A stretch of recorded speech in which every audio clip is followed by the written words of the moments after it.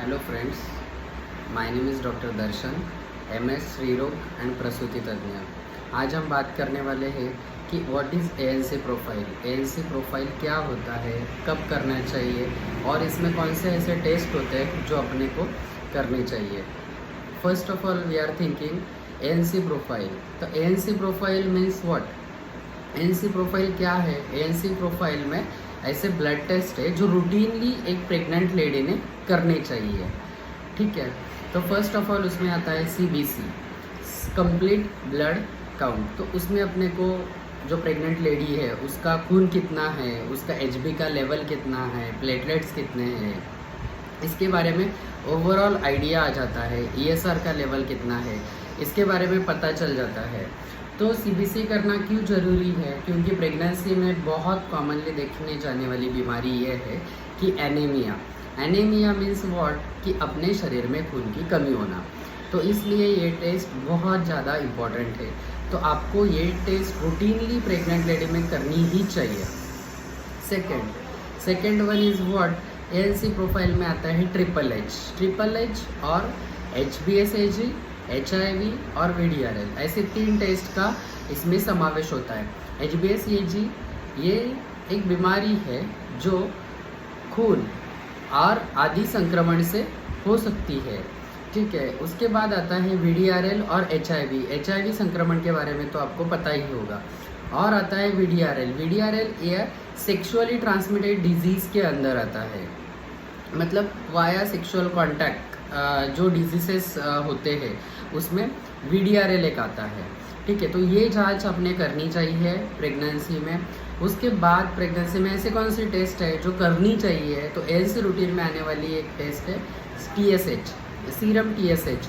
Normally we are doing serum TSH only. TSH means what? Thyroid stimulating hormone. तो अपने शरीर में thyroid की कमी है या ज़्यादा है ये पता चलता ही ये टेस्ट से, क्योंकि थायराइड हार्मोन ये बच्चे के मेंटल ग्रोथ, ब्रेन डेवलपमेंट, इसके लिए इम्पॉर्टेंट होता है। और ये अपने रूटीनली ये टेस्ट भी अपन ने करनी ही चाहिए। और उसमें आगे आता है BT और CT, ब्लीडिंग टाइम और कोएगुलेशन टाइम। ये भी रूटीनली करते हैं क्योंकि इससे पता चलता है कौन सी ब्लीडिंग रिलेटेड डिसऑर्डर्स है या नहीं है, ब्लीडिंग टेंडेंसी कैसी है, क्लॉटिंग होने की टेंडेंसी कैसी है, ये जल्दी पता चलता है। उसके बाद आता है यूरिन रूटीन और माइक्रोस्कोपिक। यूरिन रूटीन और माइक्रोस्कोपिक, तो रूटीन से अपने को पता चलता है कि जो यूरिन में जाने वाले यूरिन का मतलब फिजिकल ये क्या है, फिजियोलॉजिकल जो पैरामीटर्स है वो नॉर्मल रेंज में है या नहीं है, एसिडिटी है या एक ये है अल्कलाइन है, स्पेसिफिक ग्रेविटी कितना है, उसका कलर कैसे है।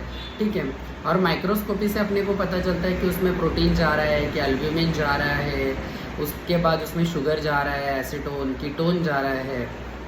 तो इसके बारे में अपने को पता चलता है। और आगे जाके अपने को पता चलता है कि यूरिन में पस सेल्स है कि नहीं है, उसके बाद यूरिन में बैक्टीरिया प्रेजेंट है कि नहीं है, एपिथेलियल सेल्स प्रेजेंट है कि नहीं है। ये सब अपने को ओवरऑल आइडिया आ जाता है यूरिन रूटीन और माइक्रोस्कोपी से। तो एएनसी प्रोफाइल में ये बेसिक टेस्ट होते हैं। और सबसे इम्पॉर्टेंट, मोस्ट इम्पॉर्टेंट, इसको अंडरलाइन करो, ब्लड ग्रुप, ये मोस्ट इम्पॉर्टेंट है। यदि पहली प्रेगनेंसी है तो पहले प्रेगनेंसी में अपने को ब्लड ग्रुप क्या है वो प्रेग्नेंट लेडी का ये पता होना चाहिए, क्योंकि ब्लड ग्रुप पॉजिटिव रहेगा तो अपने लिए कोई चिंता की बात नहीं है। लेकिन जब कभी ब्लड ग्रुप नेगेटिव रहता है तो प्रेगनेंसी के बाद या प्रेगनेंसी में ऐसे टेस्ट रहते हैं जो अपन जिससे बच्चे का स्टेटस पता चलता है और उससे अपन एक्शन ले सकते हैं। तो और डिलीवरी के बाद एक इंजेक्शन देना होता है जिसे एंटी-डी इंजेक्शन, एंटी-डी कहलाते हैं। वो इंजेक्शन यदि बच्चे का भी ब्लड ग्रुप डिफरेंट रहेगा और मदर का ब्लड ग्रुप डिफरेंट है तो अपने को ये देना होता है in case of negative mother जिसका ब्लड ग्रुप नेगेटिव है। तो ऐसे कंडीशन में वो इंजेक्शन देना ज़रूरी होता है। और यदि कभी मिस्ड अबॉर्शन हो जाता है तो ऐसे कंडीशन में अपने को देने को होता है वो इंजेक्शन। और नेक्स्ट प्रेगनेंसी में उसको प्रिकॉशन लेने को अपने एडवाइस करना है कि आपका ब्लड ग्रुप नेगेटिव है, तो वो मेंशन होना ज़रूरी है कि उसका ब्लड ग्रुप नेगेटिव है। ठीक है, तो इसलिए ब्लड ग्रुप करना भी बहुत ज़्यादा ज़रूरी है। और ब्लड ग्रुप से ये भी चीज़ पता चलती है, यदि डिलीवरी के बाद बहुत ज़्यादा खून जाता है तो खून अपन जो ट्रांसप्लांट करते हैं, ब्लड ट्रांसफ्यूजन करते हैं, बराबर, तो उसके लिए अपने को ब्लड ग्रुप पता होना ज़रूरी है। तो ये सब होता है एएनसी प्रोफाइल में। तो ये एएनसी प्रोफाइल आपने फर्स्ट ट्राइमेस्टर के अंदर ही करनी चाहिए ताकि सब चीज़ें अपने को पता चल जाती है। Thank you.